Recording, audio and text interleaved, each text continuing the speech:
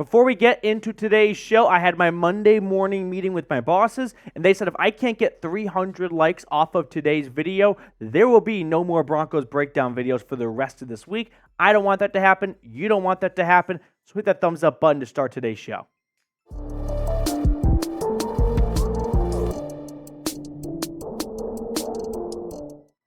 What's going on, Broncos country? Welcome on into the Broncos Breakdown by Chat Sports. Matthew Peterson here, breaking down some cut candidates for Sean and George Payton going into the offseason, because we have to have a tough conversation, which is the Denver Broncos are currently in the red. And so a lot of the guys we're going to look at today are very good players. But the unfortunate reality is the Broncos have to make some cuts in spots because they are currently nearly $24 million over the salary cap. So that's not some pocket change. Like, we're talking about moving on from a couple of players potentially, because Denver's got 8 with $15+ million cap hits in 2024. Now, if you are under the impression that moving on from Russell Wilson will help alleviate those issues, I've got bad news. The cap savings, if you move on from Russell Wilson after June 1st, $0.0000 million. So cutting Russell Wilson is not going to help alleviate the cap issues at all. Now, there are 4 primary ways to create cap space. Way number 1 is what we're going to talk about today, cutting players. That's kind of the simplest route to go. You cut players with big cap hits, and you remove those cap hits from your salary cap. Number 2, trade players. You can trade contracts away and alleviate cap issues that way. Way number 3 is kind of a misunderstood way, which is restructuring contracts. I think the average fan takes the word restructure and is under the impression that the player and the team get together and the player decides, I will voluntarily take less money. No, restructuring contracts just means you are taking their base salary for that year and you are prorating it over the remaining years on their contract. The best example I can give is kind of like the Panama Canal, where when you're going through all the levees, you're going to lower the water in the current levee you're in, which is, in this case, this year, while raising the water in other levees. So it helps you in the short term, but in the long term, their cap hits go up. And so if their cap hits go up, that just means that you either have to extend them potentially, or you could potentially add some void years, or hope and bank on the cap going up and making that less of a problem. And then finally, there's way number 4, which is adding void years, right? Those are fake years being added onto a contract. They are not real, meaning the player's not going to be there for those seasons, but you get to spread their cap hit over those seasons. So those are some ways you can alleviate cap issues. Now, let's just kind of rip the Band-Aid off here and talk about Russell Wilson, because moving on from Russell Wilson is not going to help the cap issues whatsoever. $0.0 million in cap savings. So post June 1 is the only release that makes any sort of sense for the Broncos, because you get to take that $85 million dead cap hit and split it over the next 2 seasons, but it does not help your salary cap issue at the moment. So with that being said, let's get into our first cut candidate, which is Garett Bolles. Now, a couple of these guys are not only cut candidates, but they are also trade candidates, because Garett Bolles is a very good player still. So cutting Garett Bolles or just cutting good players is not a very smart move. But when you are nearly $25 million over the salary cap, there are going to be some players that you may have to move on from that you don't want to, but that's the price of being $25 million over the salary cap. Now, let's look at the savings to be had if Denver were to move on from Garett Bolles. So he's got a $20 million cap hit, and if you were to move on from him before June 1st, you could save $16 million. That's taking a big chunk out of that near $24 million salary cap burden you have to get over. However, Bolles is coming off one of the best seasons of his NFL career, and that's a really big testament to the offseason work he put in, coming back from a leg fracture and finishing the year ranked 22nd out of 81 qualifying players from Pro Football Focus. The penalties were dramatically down compared to earlier in his career, only 2 sacks allowed. So a round of applause for Garett Bolles, but when you've got a $20 million cap hit, well, it's the biggest piece of the pie that get looked at first when you're trying to save some money and get below the salary cap. I ultimately think the Broncos will keep Garett Bolles, but they may look to trade him, right? they may have to swallow a tough pill, which is we like Garett Bolles. We don't want to get rid of Garett Bolles, but if we could save $16 million and get a, who knows, maybe even a late first, second round draft pick out of it, that might be something George and Sean Payton explore. Now, let's move on to our cut candidates 2 through 4 here, and they're all wide receivers, so let's just lump them together. Courtland Sutton, Tim Patrick, and Jerry Jeudy. Now, I don't see all 3 of these players being cut or anything like that. That's not the takeaway here. But one of these 3 could be moved on from this offseason, okay? Here are the cap hits, the dead cap, and the cap savings for all 3 players.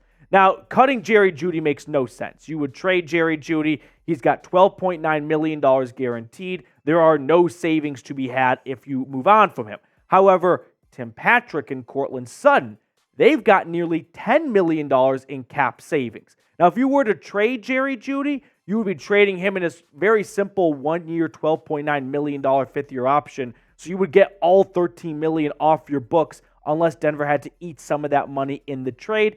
Somewhat similar to how they ate some of Von Miller's contract to get better draft picks from the Rams. But let's just look at Courtland Sutton and Jerry Jeudy for a moment, because unfortunately, a second straight season with no Tim Patrick on the field, and Sutton and Jeudy had very similar and also very different seasons. Like, both players finished with a similar amount of yards, which I don't think your average Broncos fan without looking at the stats would predict. But the big difference is one guy had 10 touchdowns, and the other player had 2 touchdowns.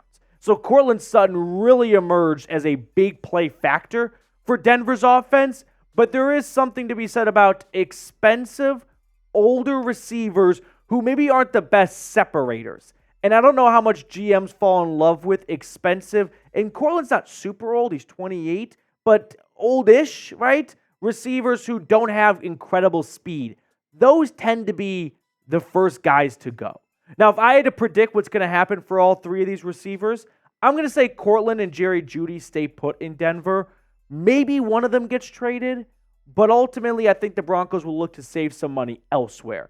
I think Tim Patrick is absolutely going to have to either restructure his contract, and in this restructure, I mean take less money. Remember a few seasons ago when Graham Glasgow was told either we're cutting you or you're going to cut your salary in half.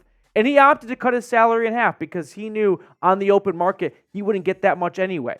I think the same thing is going to happen to Tim Patrick, where they're going to come to him and go, listen, the injuries have sucked. Those are out of your control. It's a bummer. It's beyond a bummer. But the reality is there's nearly $10 million in savings to be had if we moved on from you. So either lower your contract or we're going to have to release you. And Tim Patrick, I would think, would likely lower his contract just so he can stay on a roster, because I don't know how many teams are going to be calling for a guy coming off a torn ACL and Achilles the last 2 seasons. But if you had to pick one to keep between Jeudy and Sutton, who would it be? Because the Broncos could very well trade one of these 2 players and get about $10-ish million in cap savings relief, which out of $23 million only puts them $12 to $13-ish million away from getting back to zero. So if you had to pick one to keep, who would it be? Now, before we get on to the other cut candidates on today's show, I do want to highlight our terrific sponsor today, which is Prize Picks. You guys have heard me talk about Prize Picks before, but if not, let me fill you in on the best daily fantasy spot out there. Thanks to Prize Picks, I had not only a blast watching football all season long, but also watching some NBA games, which we all know that sometimes NBA regular season games can be a bit dry, we'll put it. But with Prize Picks, you can stay locked in by just picking 2 to 6 players and choosing more or less on their projected stats. So for the AFC and NFC championship games, these are my selections. I'm going with the more on Harrison Butker and Justin Tucker at 1.5 field goals. If you have never lived on the dark side and gone with more on kickers, now is the time to change that, because it is the best way to take football in. I also like the more on Travis Kelce and Christian McCaffrey. Now, I took Goblin projected stats there, which means they lowered the projected stats for you, but they don't give you as lucrative of a payout. However, I like these 4 selections here. And with these 4 selections, you can turn $20 into $80. So make sure you download Prize Picks right now. Go to prizepicks.com/CLNS and use code CLNS for a first-time deposit match up to $100. I put that link in the comments and description of today's video. Once again, that's Prize Picks, daily fantasy sports made easy.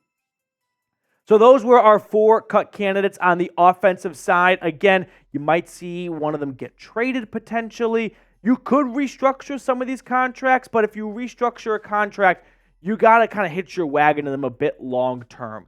And I don't know if any of these guys, only Sutton is under contract for 2025, that you'd want to hitch your wagon to long term. You could extend some of these players as well and spread that cap hit out a little bit more. But again, then you are hitching your wagon to them long term. So let's move on to the defensive side of the football. My first defensive cut candidate is defensive tackle DJ Jones. The one-time San Francisco 49er who was signed to a 3-year contract with the Broncos has in some ways been underwhelming for what they paid him. I think most people would agree with that. Now, he has a $12.9 million cap hit for 2024. However, the Broncos could save nearly $10 million in cap savings. So if you didn't like cutting any of those offensive players we looked at, DJ Jones might be your solution to this cap issue the Broncos are currently facing. Because this season for Denver, it wasn't a very exciting year. I think DJ Jones had some flashes in his pass rushing abilities, but all in all, this Broncos run defense was trash. And when you've got a bad run defense, the first spot you're going to look to fix it is the interior of your defensive line, right? Who's the nose tackle? Who is the unmovable tree stump that's supposed to free up linebackers to make tackles? DJ Jones just did not fit that role very well this year. There is just no way in my eyes DJ Jones comes back for a $12.9 million cap hit in 2024. He's not worth that much. He's not playing at that type of level. There's a very low dead cap hit. At the very least, he'll have to restructure his contract.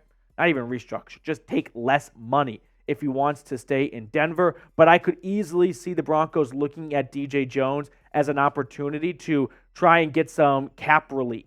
Now, when we look at Denver's defensive line here, they don't have a lot of options. Like, they don't have a rookie who's waiting to burst through the lineup. You know what I mean? They've got Jonathan Harris, a free agent, maybe Elijah Garcia, but we didn't really see much of him after the preseason.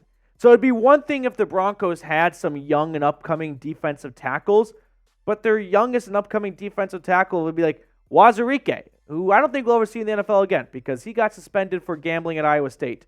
And Matt Henningsen, I think, showed some good moments this year, but I don't know if anyone comes out of that building thinking that's our new starting defensive tackle right there. Plus, he's more of a 3-5 technique than your traditional 1 technique nose tackle. Okay, let's move on to our final cut candidate today, which is a really tough one. It is Justin Simmons. He's one of my favorite players on this team. I think he is one of the most underappreciated defensive backs in our game. I believe he leads the league in interceptions since 2017 or 2018. The guy's a ball hawk. The guy led the NFL in picks last year, and he spent 4 weeks on injured reserve. I love Justin Simmons. He's a phenomenal leader for this team. He's great in the locker room. He's great in the community. But he also has an $18.2 million cap hit. So when you look at saving money, you don't save money by looking at the bottom of the barrel. You can scrunch up some crumbs in between your couch cushions, and how much money are you going to get up there? Like $1, $2 max? Justin Simmons, you could save nearly $15 million if you were to move on from him. Now, this would not be a cut candidate in the lens of Denver's going to outright release him. This would likely be one of those cut or look for a trade at the very least. But I think back to last season, who would have thought DeAndre Hopkins would end up just getting outright released? So sometimes in the NFL, when word gets out that you have to move on from a guy, teams will play chicken, and they'll just wait for you to release him and then sign him on the open market before making a splash trade to get him and giving up draft picks. Now, let's talk about Justin Simmons this season because he still played some really good football. Was it the best football of his NFL career? Probably not. But I still think Simmons can play at a high level. I still think he is by far a starting caliber safety in this league, and he's one of the better starting safeties in the National Football League. I think / hope Justin Simmons can return and will return, but I'm not going to say it with 100% guarantee and conviction because there are $15 million in savings to be had for a team that's nearly $25 million over the salary cap, which means no stone can be left unturned. Now, if you don't want to move on from any of the big name players, I get it. I understand it. You could scrounge up some money in between your couch cushions. You can move on from Samaje Perine and save $3 million. Chris Manhurst for $2.1 million. Trayman Smith for $2.5 million. Iwama Wazuike for less than $1 million. So you can move on. Smith is definitely gone. He was signed with some special teams upside, and they've got a all-pro type punt returner, kick returner in Marvin Mims, and he couldn't even see the field much on defense, so he's gone. Chris Manhurst, I didn't think provided all that much of a blocking edge from the tight end position, and the Broncos were looking for that. Samaje Perine, I think the Broncos will hold on to, but for $3 million, they could decide to switch gears and save some money in that department. So you can move on from all these guys right here, and what? We're talking about $8 to $9 million total. And if you're looking for worse players, the worse they are, the less savings they have. Now, who would you cut? Let me know in the comment section right now which player you would move on from. Was it one of these 6 we looked at, or was it someone else I left off my list? Let me know who you would cut to save some money down below in the comment section. I'm always looking in the comments to see what Broncos country has to share. That's going to do it for us on this edition of the Broncos Breakdown. Thank you so much for tuning in. I always appreciate those of you that take time out of your day to come hang out with us here. Make sure to like the video because I want to do a video tomorrow, but I need some more likes to do it.